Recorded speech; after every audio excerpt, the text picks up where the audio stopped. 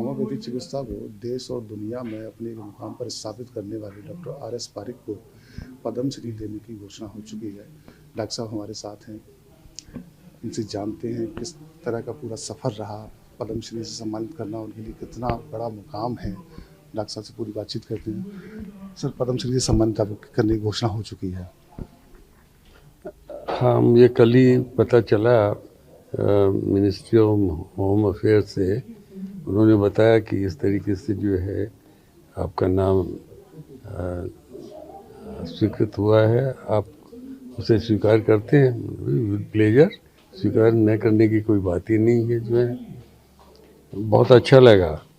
और जैसे ये घोषणा हुई है तो मेरे सामने 70 साल की पिक्चर सामने आ गई कि किस तरीके से मैंने शुरू किया था और आज इस मुकाम पर पहुँचे हैं।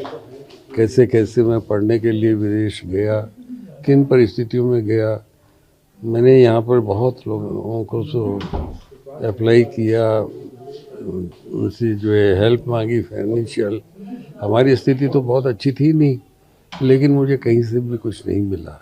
मिलने के बाद में भी निराशा ही हाथ में लगी। फिर मैं पानी के जहाज़ से डॉर्मेट्री का टिकट लेकर के 800 रुपये में लंदन पहुंचा और वहाँ बहुत ही एक साधारण से कमरे में रह कर के जो है अपनी पढ़ाई करने लग गया। पढ़ने में हम 24 घंटे में से 10 घंटे हॉस्पिटल में काम करना, बाकी के टाइम में पढ़ना। उद्देश्य केवल एक यही था कि किसी तरीके से जल्दी पढ़ाई पास करके और वापस लौटूँ। वहाँ पर पास करते ही फर्स्ट अटेम्प्ट में टॉप किया, जॉब मिल गया। और जॉब भी इतना ऊंचा कि इंग्लैंड की महारानी की डॉक्टर सर जॉन वियर, उनका असिस्टेंट का जॉब, जिससे कि महारानी रॉयल फैमिली के पास जाने का मौका मिलता। जॉब मिल गया और उसके बाद मैं घर पर लिखा यहाँ पिताजी को, तो पिताजी जो है बहुत प्रसन्न नहीं हुए।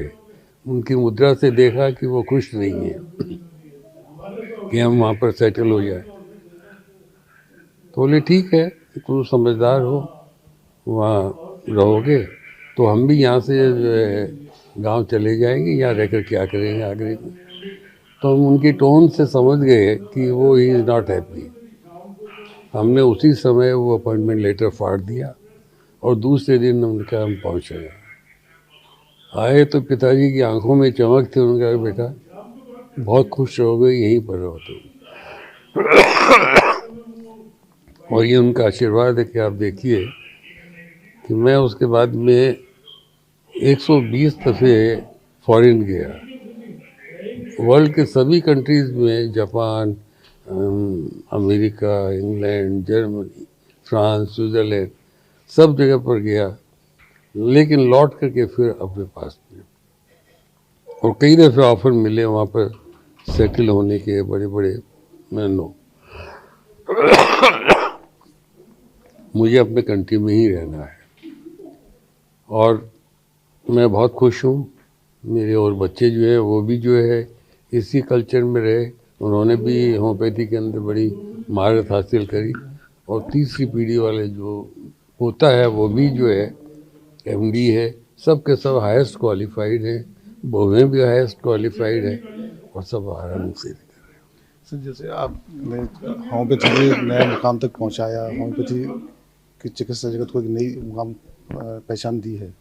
अगर आपके मरीजों की बात करें तो उसमें बहुत बड़े बड़े नाम, देश के प्रख्यात नाम जुड़े हुए हैं। फिल्मी जगत से हों, राजनीति जगत से हों, तो वो कैसा अनुभव रहा था जब बड़ी बड़ी शख्सियत आपके पास इलाज के लिए आते थे? मुझे केवल जो है उनका यार जहाँ तक है तो एक तो पेशेंट का जो रूप है वही मेरे सामने आता था। और जब वो अच्छे हो जाते थे तो उनसे व्यक्तिगत संबंध हो जाते थे, तो उनका मानवीय पक्ष हमेशा ही मेरे सामने रहा। और मुझे ज़िंदगी में बहुत अच्छे अच्छे अनुभव भी हुए हैं। By and large everybody is very fine, gentle.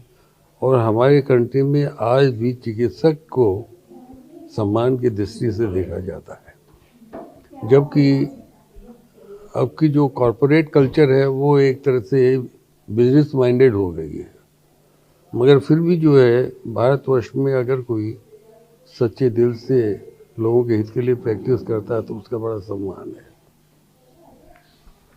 चिकित्सा होम्योपैथी चिकित्सा को देश और दुनिया में अपने मुकाम पर स्थापित करने वाले डॉक्टर आर एस पारिक साहब को पद्मश्री से सम्मानित किया जाना है।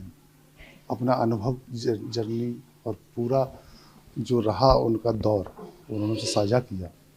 Laxmikant Sharma, ABP live, Agra.